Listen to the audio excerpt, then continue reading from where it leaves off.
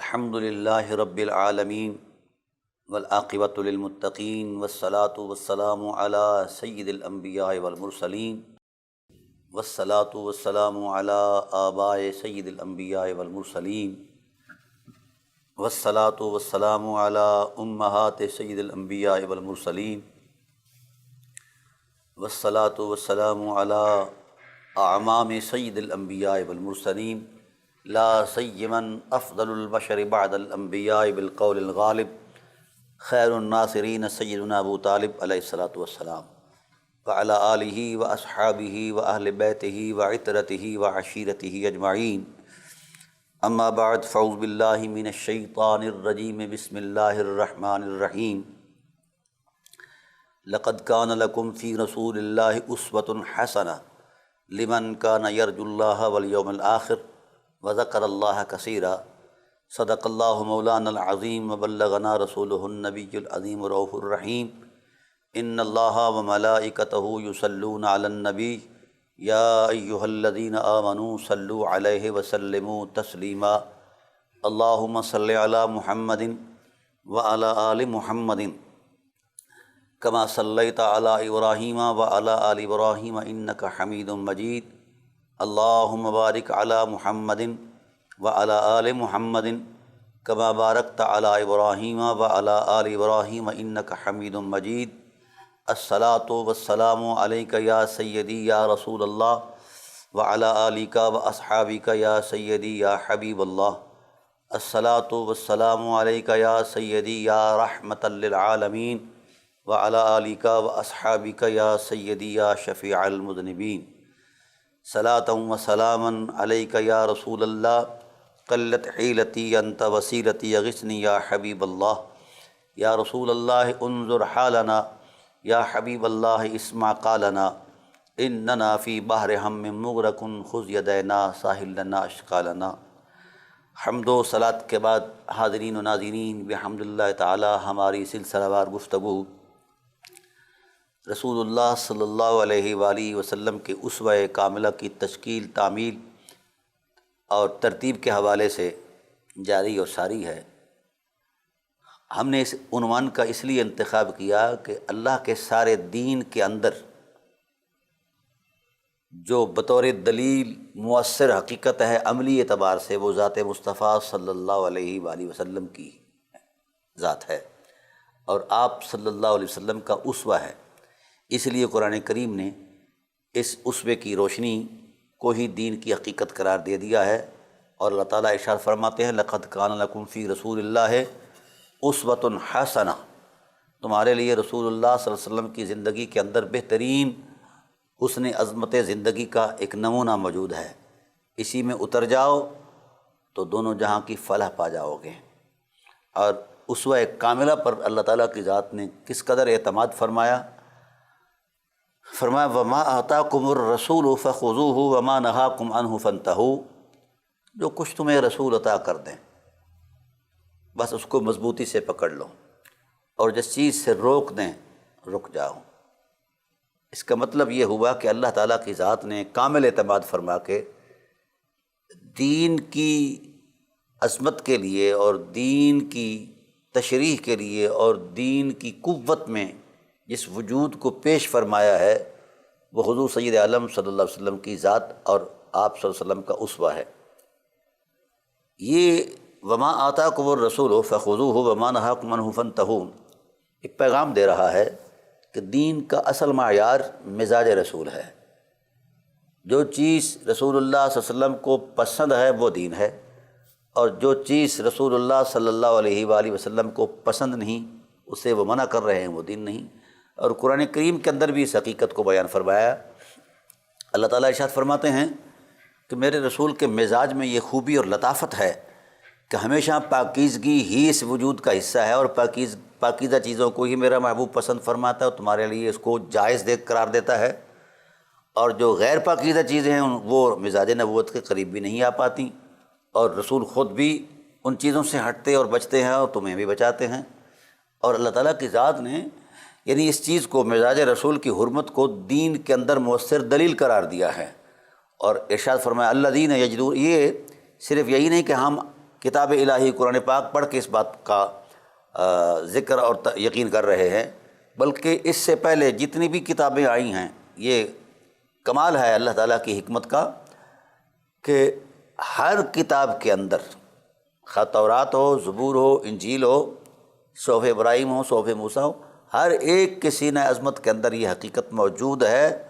کہ محبوب صلی اللہ علیہ وآلہ وسلم کے مزاج کی حرمت کا نام دین ہے۔ اور قرآن کریم کے اندر ان کتابوں کا حوالہ دیا اللہ تعالیٰ کی ذات نے، الذین یجدونہ مکتوبا عندہم فی التوراۃ والانجیل یأمرہم بالمعروف وینہاہم عن المنکر ویحل لہم الطیبات ویحرم علیہم الخبائث۔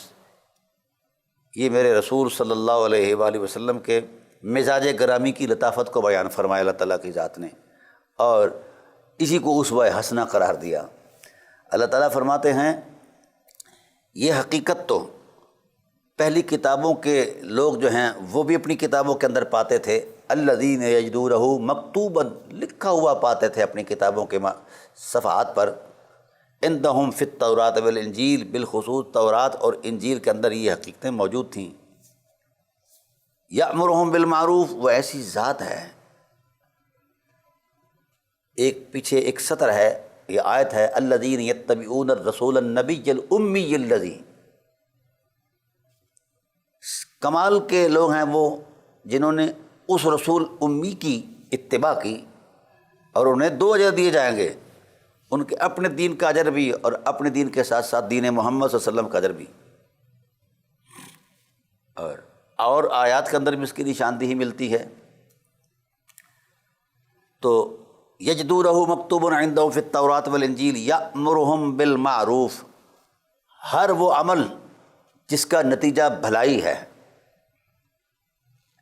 جس عمل کے تاثیرات سے کائنات مستفید ہوتی ہے اور برکتوں سے بھر جاتی ہے، اسے معروف کہتے ہیں، اور عام عرف اور عادت میں اسے نیکی کہہ دیتے ہیں۔ تو ظاہر ہے نیکی کے پیمانے میں ساری وہ خوبیاں آ جاتی ہیں جو مشیت الہی کو مطلوب ہیں، جس کو اللہ تعالیٰ کی ذات نے، جس پر اللہ نے اپنا انعام فرمانا ہے، ثواب عطا فرمانا ہے، اپنی رضا کا نور عطا فرمانا ہے، وغیرہ وغیرہ، اسے نیکی کے تسلسل میں ہے۔ تو اس حبیب صلی اللہ علیہ وسلم کے اسوہ کاملہ میں یہ حقیقت ہے کہ وہ ان کا پیکر عصمت، ان کا اسوہ کاملہ اسی حقیقت اور نیکی کا ترجمان ہے جس کا وہ حکم دے رہا ہے۔ ایسا کبھی نہیں ہوا کہ سید عالم صلی اللہ علیہ وسلم نے کسی امر میں حکم فرمایا ہو اور پھر اس امر کو اپنے وجود سے تسلسل نہ بخشا ہو، ایسا کبھی نہیں ہوا۔ کیوں؟ نص قرآن کی بول رہی ہے، لم تقولون ما لا تفعلون، وہ بات کبھی نہ کہو جو کر نہ پاؤ۔ تو رسول اللہ صلی اللہ علیہ وسلم ہمیشہ اس بات کا حکم دیتے، اس نیکی کا جس نیکی کی عظمت سے خود کو گزارتے اور اس پر وہ اپنا اسوہ مرتب فرماتے۔ سید عالم صلی اللہ علیہ وسلم کی بابت قرآن کریم کا یہ دیا ہوا تصور بڑا خوبصورت ہے، الذین یجدونہ مکتوبا عندہم فی التوراۃ یأمرہم بالمعروف، ہر بھلائی کا حکم دیتا ہے، وینہاہم عن المنکر، اور ہر وہ بات جو نتیجے میں نقصان کا باعث ہے، ہر وہ بری بات جس سے انسان کا تشخص، انسان کا تقدس اور انسان کا وقار متاثر ہوتا ہے، اس بات سے اللہ کا رسول روک رہا ہے۔ وَيُحِلُّ لَهُمُ الطَّيِّبَاتِ، اس کے مزاج کی لطافت یہ ہے کہ وہ پاکیزہ چیزیں پسند کرتا ہے اور پاکیزہ چیزوں کو حلال قرار دیتا ہے، حکم دیتا ہے ان کے استعمال کا۔ وَيُحَرِّمُ عَلَيْهِمُ الْخَبَائِثَ، اور جو غیر پاکیزہ چیزیں ہیں، پلید چیزیں ہیں، جن کی نیچر کے اندر ایسی کثافت ہے کہ وہ جو انسان اسے قبول کرتا ہے یا استعمال کرتا ہے اس کے اندر بھی وہی کثافت آ جاتی ہے۔ یحل لہم الطیبات ویحرم علیہم الخبائث، یہ اسوہ رسول کی تشکیل ہے، تعمیل کی ایک صورت ہے، مؤثرات ہے اسوہ رسول کی۔ تشکیل تو ابھی پس منظر میں ہم نے کچھ بیان کی اور کچھ کریں گے۔ تو یہ اس اسوہ کاملہ کی روشنی ہے کہ فائدہ دے رہی ہے۔ یحرم علیہم الخبائث، جن چیزوں کے اندر پاکیزگی نہیں ہے اس کو وہ حرام قرار دے دیتا ہے۔ اب گفتگو ہماری تھی کہ اسوہ رسول صلی اللہ علیہ وآلہ وسلم کی تشکیل کا جو تسلسل اللہ تعالیٰ کی ذات نے قائم فرمایا تھا، اسی تسلسل کو اللہ تعالیٰ کی ذات آگے بھی بیان فرما رہے ہیں کہ پہلے ان مقامات عبودیت کے اندر اپنے محبوب صلی اللہ علیہ وآلہ وسلم کو رکھا اور تربیت فرماتے رہے روح عظمت کی، اس روحانی حقیقتوں کی، مختلف مقامات میں، مقام قرب میں، مقام حب میں، مقام رجا میں، مقام خوف میں وغیرہ۔ اب اس کے بعد وقت آتا ہے عالم شہادت کو، چونکہ روشنی بخشنی تھی اور اسوہ کاملہ کی جو افرادیت ہے اس کا ظہور عالم شہادت میں ہی ہونا تھا اور انسانیت کے ماحول کو ہی سنوارنا تھا۔ اس لیے اللہ تعالیٰ کی ذات نے عالم شہادت کے تصورات میں اپنے محبوب صلی اللہ علیہ وآلہ وسلم کے اسوے کی تعبیر، تشکیل اور ترتیب میں بھی وہاں خصوصی اہتمام فرمایا۔ اللہ تعالیٰ کا ارشاد ہے کہ اللہ اعلم حیث یجعل رسالتہ۔ ایک حکمت والی کی بات عرض کر رہا ہوں۔ کفار مکہ نے زمانہ نبوت میں 2-3 اعتراض کیے، واہی قسم کے، بیہودہ قسم کے، اور ان میں پیش سخر بن حرب، جسے ابو سفیان کہا جاتا ہے، اس نے ایک جتھا بنایا مکہ کے کفار کے گنڈوں کا، اور ہر طرف سے وہ یہ چاہتا تھا کہ رسول دو عالم صلی اللہ علیہ وآلہ وسلم کے دین کا جو تقدس ہے یہ پامال ہو اور دین فروغ نہ پا سکے۔ 21 سال تک اس کا یہ تسلسل رہا۔ رسول اللہ صلی اللہ علیہ وسلم کی ذات کے سامنے اس کے جارحانہ رویے اور شفقانہ طرز عمل کی جو صورت تھی وہ بڑی حیران کن ہے۔ یہ ولید بن مغیرہ اور اس قسم کے جو زیادہ انتہائی خبیث قسم کے کفار تھے، انہوں نے یہ اعتراض کیا، اور یہ چونکہ ان کے سرغنے تھے، اعتراض یہ کیا کہ حیرت اس بات پر ہے کہ حجابہ یہ ایک منصب تھا مکہ کے اندر، سقایا حاجیوں کو پانی پلانا یہ ایک منصب تھا، اور رفادہ یہ بھی ایک منصب تھا، یہ سب کا سب بنو ہاشم کے پاس ہے۔ اور حیرت ہے کہ نبوت جو ہے اب یہ رہ گئی تھی، یہ بھی بنی ہاشم لے گئے۔ تو یہ احتجاج انہوں نے کیا کہ کم از کم نبوت تو ہمیں دی جائے۔ اس پر اللہ تعالیٰ کا ارشاد آیا، اللہ کی غیرت جلال میں آئی، کہا بڑا شوق رکھتے ہو نبی بننے کا؟ اللہ اعلم حیث یجعل رسالتہ۔ اگر نبی بننے کا شوق ہے تو پہلے محمد کریم جیسی فطرت لے آؤ، محمد کریم صلی اللہ علیہ وآلہ وسلم جیسی طبع لے آؤ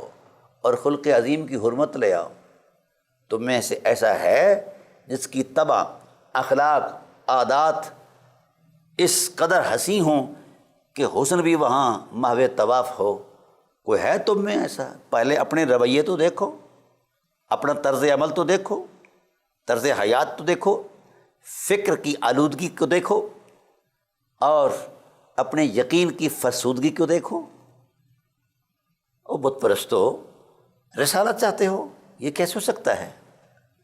رسالت اسی کا حق ہے جس کے پیکر میں عصمت ہے، جس کے کردار میں حرمت ہے، جس کے اخلاق کے اندر شرافت ہے، جس کی زندگی کا طرز تمہارے سامنے ہے، اور جس کا ہر لمحہ حیات جو ہے یہ اس میں کی کامل تصویر ہے، تفسیر ہے، یہ اسی کا حق ہے۔ یہ بات میں نے ویسے ضمناً کہہ دی ہے، عنوان یہ تھا کہ اسوہ رسالت کی جو تشکیل عالم شہادت میں ہوئی اس کی صورت کیا تھی۔ یہ اللہ تعالیٰ کا ایک اپنا نظام ہے، نظم قدرت ہے، یہ کسی رائے پر مبنی نہیں ہے اور کسی لین دین پر مبنی نہیں ہے، یہ اللہ کی مشیت کا ایک اپنا ایک تقدس ہے، اس کو جیسا چاہے، لا شریک جو ہے فعال لما یرید اس کا مقام ہے۔ تو اللہ تعالیٰ کی ذات نے اس نعمت رسالت کا جس انداز میں، جس حوالے سے پوری کائنات میں اجرا فرمایا، تو اللہ تعالیٰ کی ذات نے ان نفوس قدسیہ کا انتخاب فرمایا جو نفوس قدسیہ اس کے لائق تھے اور جن کے یہ شایان شان تھی، اور جو رسالت کے شایان شان تھے۔ چونکہ رسالت ایک منصب ہے، ایک نعمت ہے، ایک عظمت ہے، خدا کی ذات کے بعد سب سے بڑا مرتبہ ہی رسالت کا ہے، تو لہذا ایسے مرتبہ والے کے لیے، صاحب مرتبہ کے لیے کچھ نہ کچھ شخصی وقار، کوئی اخلاقی عظمت، کوئی روحانی تقدس، کوئی بھرم تو ہو۔ راہ جاتے ہوئے رسالت دے دی جاتی ہے؟ نہیں، یہ بڑی خوبصورت بات قرآن پاک کے اندر بھی آئی، اور اس کا میں ایک جائزہ آپ کو ایک تجربی زندگی کے حوالے سے پیش کرتا ہوں۔ ہمارے ہاں میں چونکہ چھوٹا سا کاشتکار ہوں، جب بھی ہم کوئی فصل بوتے ہیں، خواہ وہ پیاز کا بیج ہی کوئی نہ ہو، چھوٹی معمولی سے معمولی چیز بھی بیچتے ہیں، تو اس سے پہلے ہم زمین کو ہموار کرتے ہیں، اس کو نرم کرتے ہیں، اور زمین کے سینے سے وہ خش و خاشاک چنتے ہیں، وہ گھاس پھوس جو جوہر کے لیے نقصان کا باعث بن سکتا تھا، ہم اس کو دور کرتے ہیں۔ اب تو جدید دور آ گیا ہے، اب ہم خش و خاشاک کا جو تخم ہے اس کو بھی ہم برداشت نہیں کرتے، بلکہ سپرے وغیرہ کرتے ہیں تاکہ وہ اگ نہ پائے وغیرہ وغیرہ۔ تو ایک چھوٹے سے جوہر کو پیدا کرنے کے لیے جو میری ضرورت میں میرے سالن کے کام آتا ہے، میں اس کے لیے اس حوالے سے اتنا اہتمام کرتا ہوں کہ کئی مرتبہ اس زمین میں ہل چلاتا ہوں، اور کئی مرتبہ اس کو نرم کرنے کے لیے اور اس کے لیے اہتمام کرتا ہوں، کئی قسم کے اس کے اندر میں کبھی روٹی ویٹر مارتا ہوں، کبھی ہل چلاتا ہوں، کبھی کچھ ان کو ہموار کرنے کے لیے کبھی لیول کی مشین لے آتا ہوں وغیرہ، پانی دیتا ہوں، کھاد دیتا ہوں، اتنا بڑا اہتمام کرتا ہوں ایک چھوٹے سے پودے کو اگانے کے لیے، ایک چھوٹے سے جو ایک وقتی ضرورت ہے، اگر نہ بھی وہ ہو تو زندگی تو پھر بھی رواں دواں ہے۔ تو اب بات قریب الفہم ہو گئی کہ جب ہمارا طرز عمل یہ ہے کہ ایک چھوٹے سے پودے کو اگانے کے لیے ہم اتنا اہتمام کرتے ہیں، تو پھر خدائے ذوالجلال کی حکمت کے قربان جائیں، اس نے جہاں جوہر رسالت کو رکھنا تھا، اس کے لیے اس پیکر کے اندر وہ خلقی عظمتیں اس کمال کی پیدا کرنی ہوتی ہیں جو اس کے رسالت کے شایان شان ہوں۔ یہ اللہ کی طرف سے تیاری ہے، یہ اس زمین کی تیاری ہے جس میں نور رسالت کو رکھنا ہوتا ہے، اس پیکر عصمت کے وجود کی تیاری ہے، اس کی ترکیب اور تزئین کی جو حرمت ہے، یہ اللہ تعالیٰ اپنے ذمہ کرم پر لیتا ہے۔ تو اس حوالے سے اللہ وحدہ لا شریک نے وہ انتظام اور انصرام فرمایا، اور اسی انتظام اور انصرام کے تسلسل کو اللہ تعالیٰ کی ذات نے ایک خوب شکل بخشی، ایک خوب مرتبہ بخشا، ایک خوب مقام بخشا اور خوب احساس بخشا۔ اللہ تعالیٰ کی ذات نے عالم شہادت میں جب اپنے محبوب صلی اللہ علیہ وآلہ وسلم کو محو خرام فرمایا تو اہتمام قدرت پر قربان جائیں۔ اللہ تعالیٰ کی ذات نے جس پیکر میں میرے رسول صلی اللہ علیہ وآلہ وسلم کے جوہر نور کو رکھنا چاہا، تو اللہ تعالیٰ کی ذات نے پہلے اس جوہر رحمت کی تربیت اس انداز میں فرمائی، اور اس کو خاص ترتیب اور خاص ترکیب کے ساتھ مرکب فرمایا، اور خاص اہتمام قدرت کے ساتھ اس کی تیاری فرمائی، اور جس وقت وہ پیکر عصمت اس مقام کے شایان شان ہوا تو اس کو ایک خاص مرتبہ اور ٹائٹل دیا، اس کو قرآن شان مصطفیت کہتا ہے، شان استفایت، اجتبایت اور ارتضایت کہتا ہے۔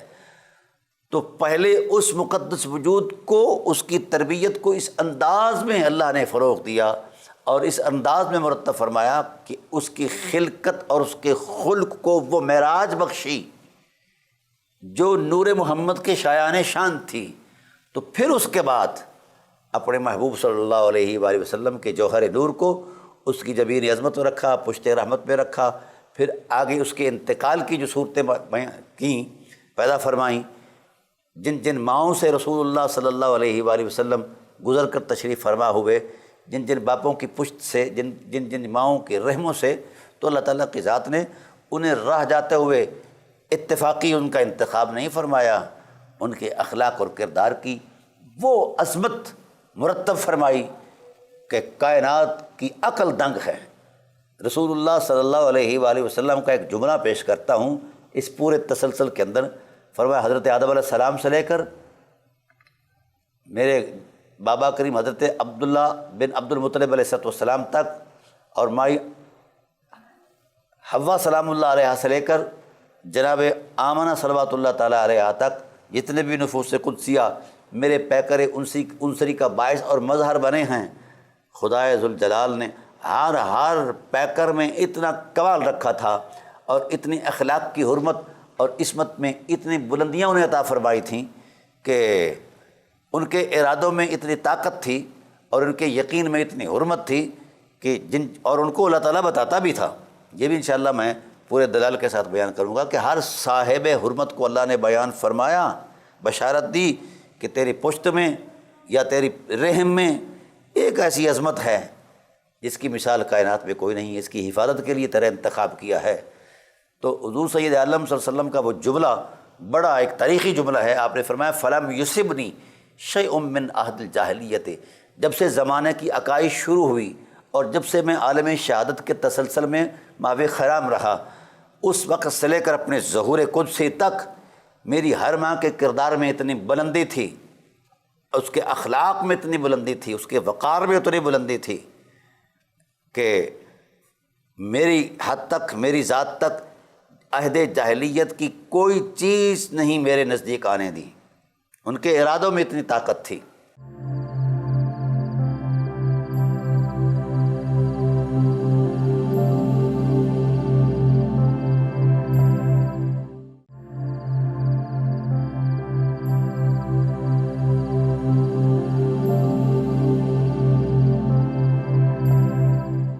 اور شخصی بھرم کے اندر بھی وہ اتنے صاحب کمال تھے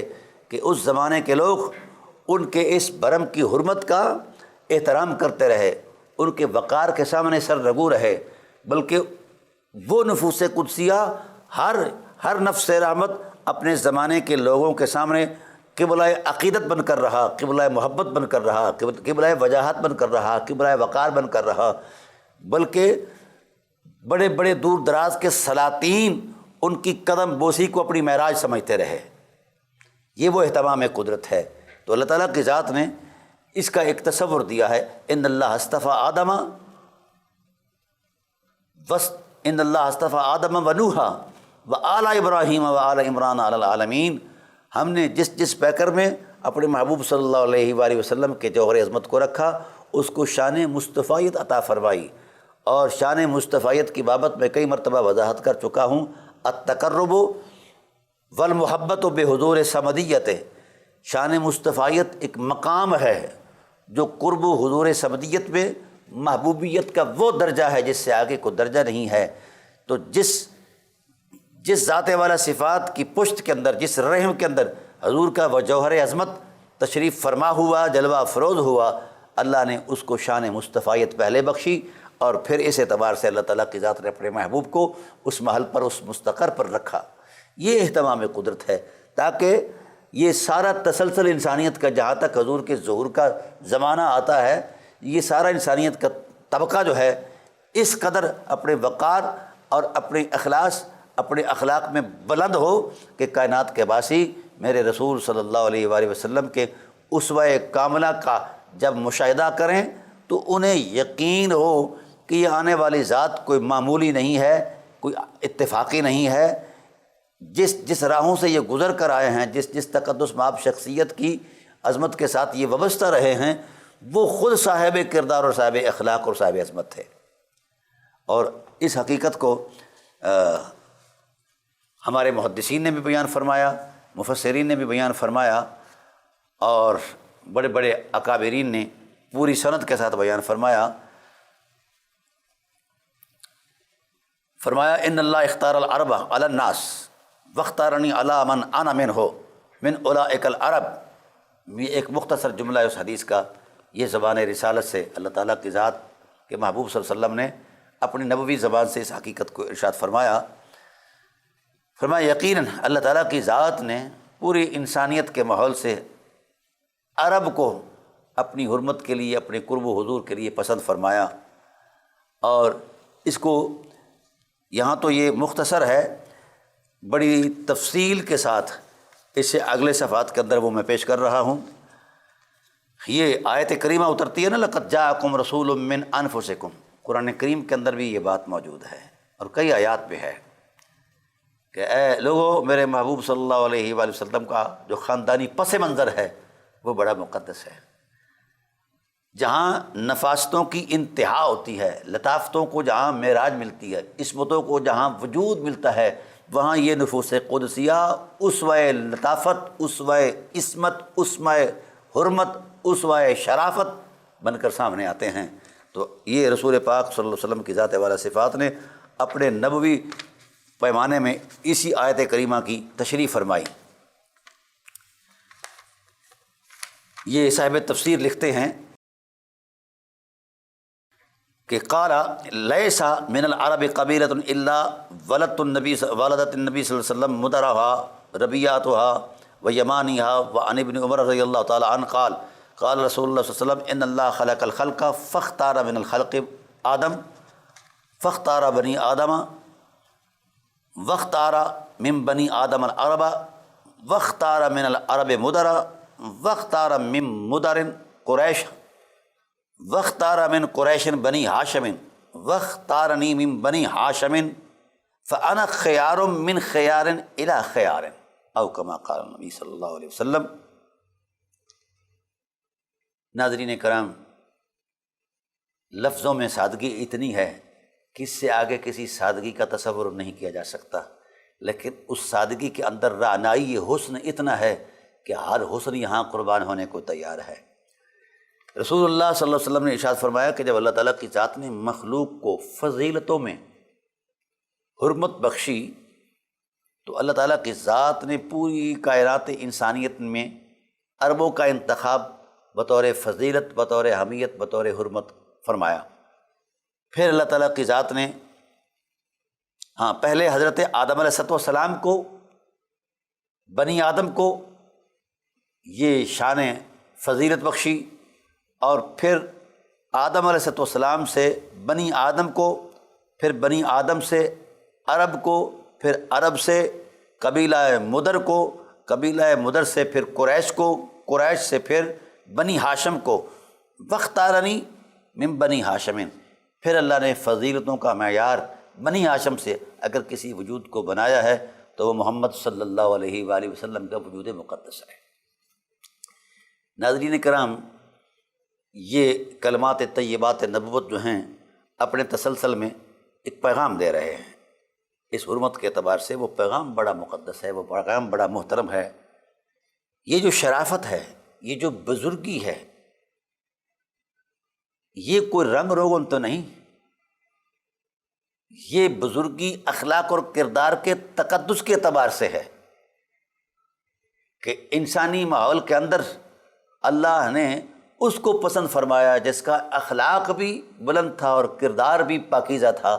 اور جس کے یقین میں شان رب العالمین کی عظمت بھی کمال بن کر اس کے یقین کا حصہ بنی ہوئی تھی، یقین کی عظمت بنی ہوئی تھی۔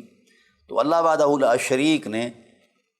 پہلے حضرت آدم کو یہ مقام بخشا، پھر حضرت آدم علیہ السلام سے لے، پھر بنی آدم میں سے نوح کو، پھر نوح سے عرب کو، عرب کو پھر مدر، یہ قبائل کا تصور دیا، اور پھر ارشاد فرمایا واختارنی من بنی ہاشم، جب عظمت انتہا پر پہنچی جس سے آگے کسی عظمت کا کوئی امکان نہیں تھا، تو اس مقام پر اللہ نے مجھے اختیار فرمایا اپنی محبت کے لیے، اپنے قرب و حضور کے لیے اور انسانی بھلائی کے لیے۔ پھر اگلا جملہ بڑا خوبصورت ہے، فرمایا انا خیار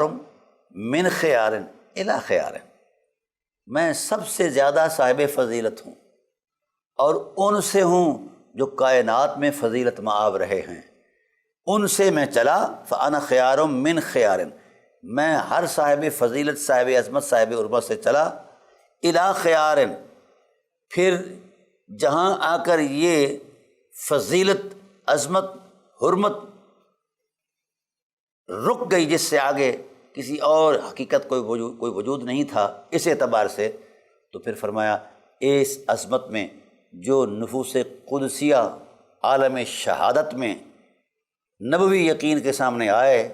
وہ والدین محمد صلی اللہ علیہ وآلہ وسلم نے۔ اللہ اکبر!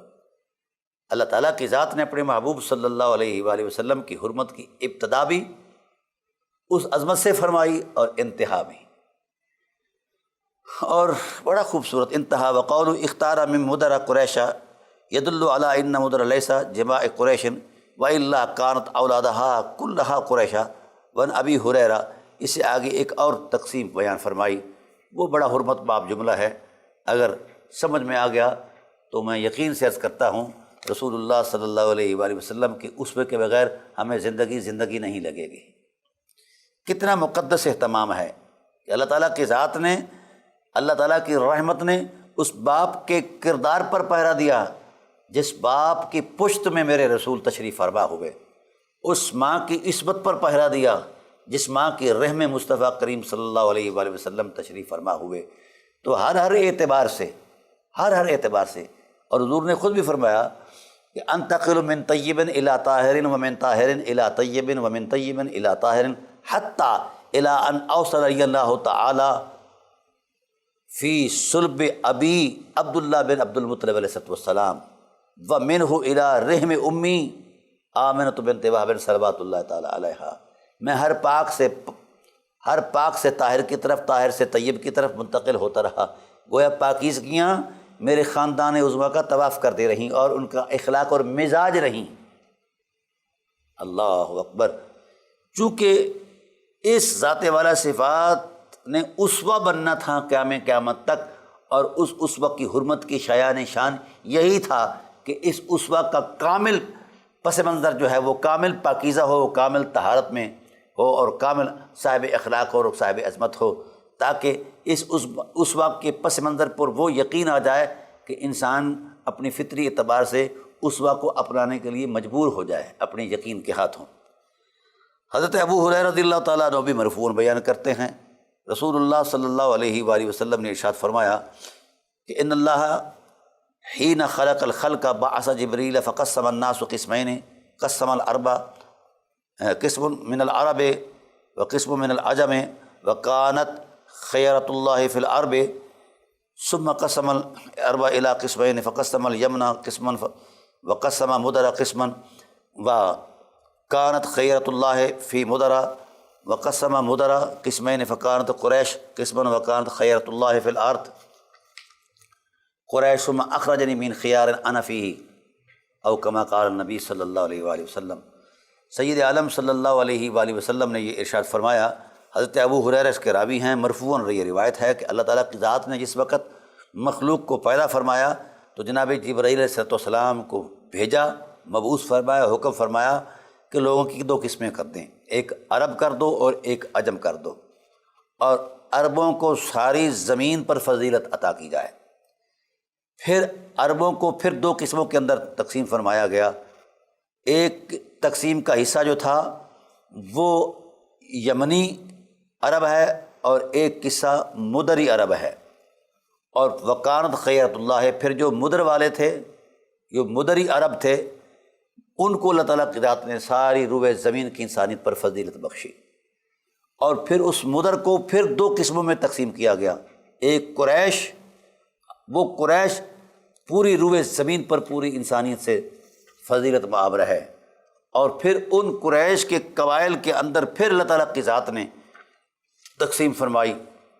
پھر قریش میں جو قبیلہ ہاشم تھا، بنی ہاشم تھا، پھر وہ روئے زمین پر سب سے زیادہ فضیلت مآب رہا، کوئی ایسی، اور پھر بنی ہاشم میں والدین مصطفیٰ سب سے فضیلت مآب رہا۔ یہ حدیث ہے کہ میری ماں کانت یہ خیرت الارض، ساری روئے زمین کی عورتوں میں سب سے زیادہ صاحب فضیلت اگر کوئی عورت ہے تو میرے مصطفیٰ نے فرمایا وہ میری ماں آمنہ بنت وہب صلوات اللہ تعالیٰ علیہ۔ یہ کیوں بیان فرمایا؟ کیونکہ اللہ تعالیٰ کی مشیت نے طے کیا تھا کہ حبیب یہ وہ نفوس قدسیاں ہیں کہ آپ کے پیکر عنصری کے اندر، پیکر محسوس کے اندر ان کے خون کی طہارت جو ہے وہ مؤثر فطرت ہے، اور ان کا وجود مقدس جو ہے وہ مؤثر فطرت ہے۔ تو اتنا بڑا اہتمام قدرت اسوہ رسول صلی اللہ علیہ وآلہ وسلم کی تشکیل کے اندر، تربیت کے اندر، ترتیب کے اندر، اور اللہ تعالیٰ کی ذات کے عظمت پر قربان جائیں کہ اس نے اس اہتمام کے ساتھ، اور پھر رسول اللہ صلی اللہ علیہ وآلہ وسلم کی ذات والا صفات نے اس کو مزید ارشاد فرمایا کہ ان اللہ اصطفیٰ آدم واصطفیٰ من بنی آدم ابراہیم واصطفیٰ من بنی ابراہیم واصطفیٰ من بنی ابراہیم اسماعیل واصطفیٰ من بنی اسماعیل کنانہ واصطفیٰ من بنی کنانہ نزارہ واصطفیٰ من بنی نزارہ قریش واصطفیٰ من بنی قریش بنی ہاشم واصطفانی انا مصطفیٰ من مصطفین۔ حضور نبی کریم صلی اللہ علیہ وسلم نے اس سے آگے بڑھ کر ایک اور ارشاد فرمایا جو اسوہ رسول کی تشکیل میں مؤثر فطرت رہے ہیں کہ اللہ نے آدم کو مصطفیٰ بنایا، پھر ابراہیم کو، پھر اسماعیل کو، پھر کنانہ کو، پھر نزار کو، یعنی جس وجود مقدس سے حضور گزرتے آئے ہر ایک کو شان مصطفیت بخشی گئی، اور جب انتہائی مصطفیت آئی تو وہاں میرے رسول صلی اللہ علیہ وآلہ وسلم کے والدین کریمین تشریف فرما ہوئے، جلوہ افروز ہوئے۔ حضور نے فرمایا انا مصطفیٰ بن مصطفین، میں ان دو مصطفیٰؤں سے مصطفیٰ ہوں۔ اللہم صلی علی محمد و علی آل محمد و آباء محمد و عطرت محمد و عشیرت محمد و احباب محمد و احباب محمد کما تحب و ترضی۔ کس قدر اہتمام قدرت ہے۔ پھر حضور نبی کریم صلی اللہ علیہ وآلہ وسلم نے اپنی اس اسوہ کاملہ کی تشکیل میں جتنے بھی مؤثرات فطرت تھے ان کی تکریم کو بیان فرمایا اپنی نبوی زبان سے۔ یہ کیا اہتمام قدرت ہے، اور اللہ تعالیٰ کی ذات نے ارشاد فرمایا وَسَلَامٌ عَلَىٰ عِبَادِهِ الَّذِينَ اصْطَفَىٰ، میرے حبیب جن جن نفوس قدسیہ کو آپ نے مصطفیت کے عظمت میں بیان فرمایا ہے، میں خدا ہو کر ان مصطفیٰؤں کو سلام کرتا ہوں۔ کیوں کہ وہ اپنی عظیمت مآب، عصمت مآب، حرمت مآب زندگی میں اس قدر پختہ کردار اور پاکیزہ اخلاق رہے کہ کائنات کا کوئی شخص ان پر انگشت نمائی نہیں کر سکتا کسی بھی حوالے سے۔ کائنات کی جتنی بھی حقیقتیں ہیں کوئی نقاد آئے تو ان کی عصمتوں کے خلاف ان کے رویوں میں سے کسی ایک رویے کی نشاندہی کر پائے، نہیں کر سکتا، ایسا ہے ہی نہیں۔ اللہ تعالیٰ کا ارشاد ہے الذی یراک حین تقوم، میرے حبیب کیا دیکھتے نہیں ہو، ہم نے، ہماری نگاہوں نے آپ کے خرام ناز کے ہر تسلسل کے اندر حفاظت کا اہتمام فرمایا ہے، ہر ایک کی عصمت کا، حرمت کا، وقار کا، شخصیت کا، تقدس کا، ہر ایک کا ہم نے اہتمام فرمایا ہے، تاکہ کل جب آپ سامنے آئے لوگوں کے اور اسوہ کاملہ کی روشنی کو پیش کریں تو کوئی کمینہ سرشت یہ نہ کہہ سکے کہ محمد کریم صلی اللہ علیہ وسلم کی ماں ایسی تھی، بابا ایسا تھا، دادا ایسا تھا، دادی ایسی تھی، نانا ایسا تھا، نانی ایسی تھی۔ نہیں، ایسا نہیں میرے حبیب، میں خدا ہو کر اس بات کی گواہی دیتا ہوں، جس نفس رحمت میں آپ تشریف فرما ہوئے حبیب، وہ نفاستوں کی معراج تھا، وہ حرمتوں میں انتہا تھا، حوالہ تھا۔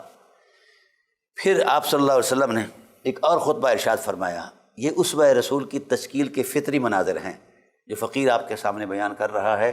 تو جس اسوے کے اندر اس کی فطری مؤثرات میں یہ شرافت ہو تو وہ اسوہ حسنہ ہی ہو سکتا ہے، اور اسی صاحب اسوہ کو ہی اللہ وحدہ لا شریک عالمین کے لیے نبی بنا کر بھیجتا ہے، رحمت بنا کر بھیجتا ہے۔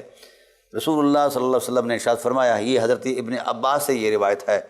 قال ان اللہ تعالیٰ سبحانہ وتعالی قسم الخلق خلق الخلق ثم قسم قسمین فجعلنی فی خیرہم قسما۔ جب اللہ تعالیٰ کی ذات نے مخلوق کو پیدا فرمایا تو سب سے فضیلت مآب جو حصہ مخلوق تھا اللہ نے مجھے ان میں رکھا، اور حوالہ دیا حضور کی ذات نے، فرمایا کما فضا کذالک قولہ تعالی اصحاب الیمین و اصحاب الشمال، جو دو حصے تقسیم کیے تھے ان میں ایک حصہ اصحاب یمین، یعنی جن کا جنتی ہونا ابتدا سے ہی طے ہو چکا تھا مشیت الہی کے فیصلے کے مطابق، اور کچھ لوگ ایسے ہیں جو جہنمی ہیں، فرمایا فجعلنی فی خیرہم قسما، اللہ تعالیٰ کی ذات نے فانا من اصحاب الجمین وانا من خیر اصحاب الجمین، میں ان سے ہوں جن کا جنتی ہونا اللہ تعالیٰ کی ذات نے لوح محفوظ کی تختی پر دست قدرت سے لکھا ہوا تھا،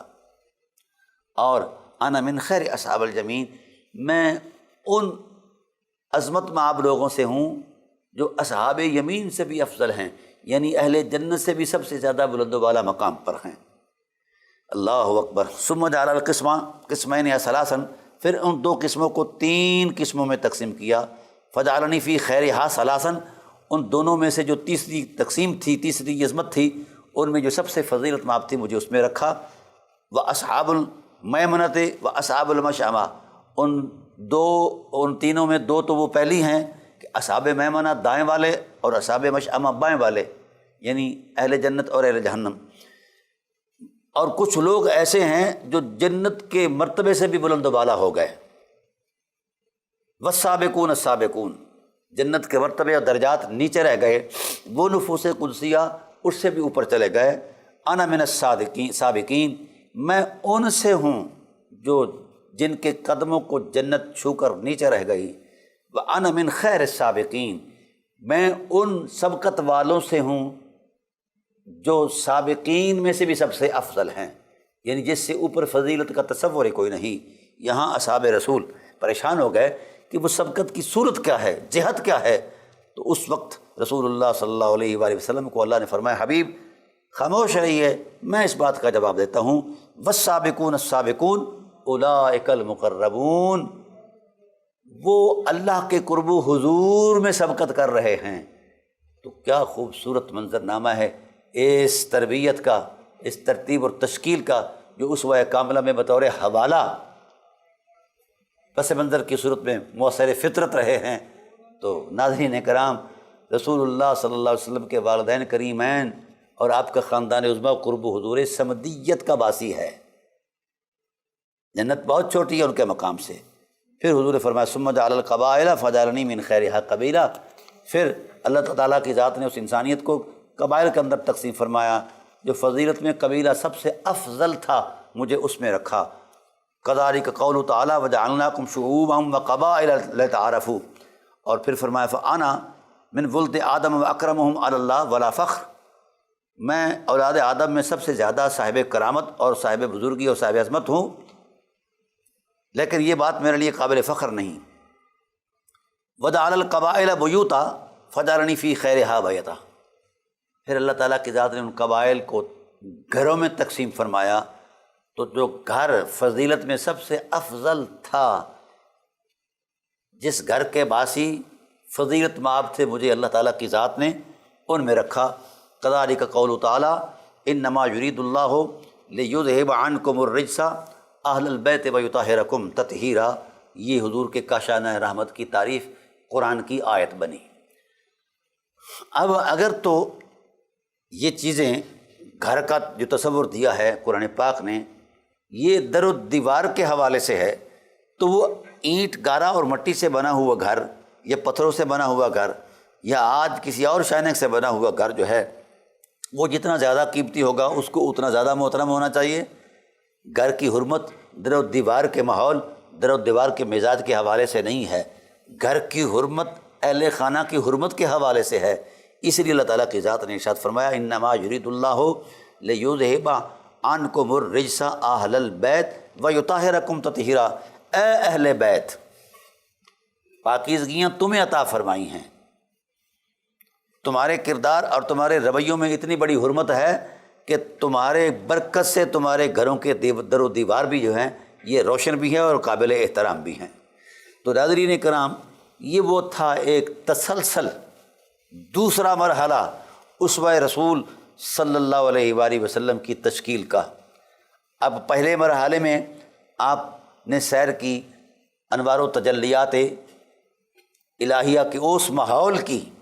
جہاں جس ماحول کی کمیت اور کیفیت کو نہ لفظ بیان کر سکتے ہیں نہ خیال اس کا ادراک کر سکتے ہیں، بس اس کی حرمت پر یقین ہی کرنا ہوگا، کیونکہ اس کی نشاندہی بھی اللہ نے فرمائی ہے اور اللہ کے رسول صلی اللہ علیہ وآلہ وسلم نے فرمائی ہے۔ اب اس اعتبار سے دوسرا مرحلہ جو تھا تشکیل اسوہ رسول کا، وہ یہ تھا کہ پیکر رسالت کے اندر، پیکر محسوس کے اندر جو مؤثرات فطرت ہیں وہ کس قدر مقدس ہوں، کس قدر محترم ہوں، کس قدر ان کی حرمت بلند و بالا ہو، تاکہ کوئی شخص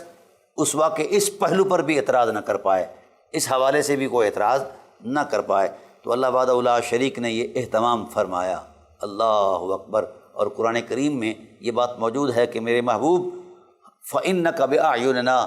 آپ کا ہر لمحہ عظمت جو ہے، لمحہ حیات جو ہے، وہ ہماری نگاہوں کے سامنے ہے، اور ہماری نگاہیں آپ کی حفاظت کر رہی ہیں، آپ کے وقار کی حفاظت، آپ کی شخصیت کی حفاظت، آپ کے کردار کی حفاظت، آپ کی صورت اور سیرت کی حفاظت۔ واللہ یعصمک من الناس، یہ بھی موجود ہے حفاظت۔ تو گویا کسی بھی اعتبار میں انسان جہاں تک سوچ سکتا ہے زندگی کے تصورات کے اعتبار سے،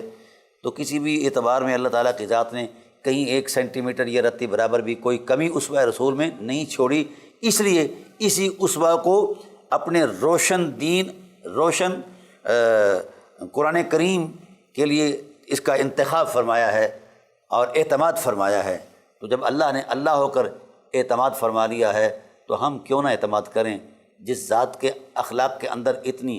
لطافت ہے کہ اس کے حسن اخلاق کے تسلسل کو آیتیں بنایا جاتا ہے اور قرآن کی زینت میں اس کے اخلاق کے تقدس کو بیان کیا جاتا ہے۔ تو آئیے میں اور آپ مل کر جس اہتمام کے ساتھ قدرت نے اپنے محبوب کی اسوہ کو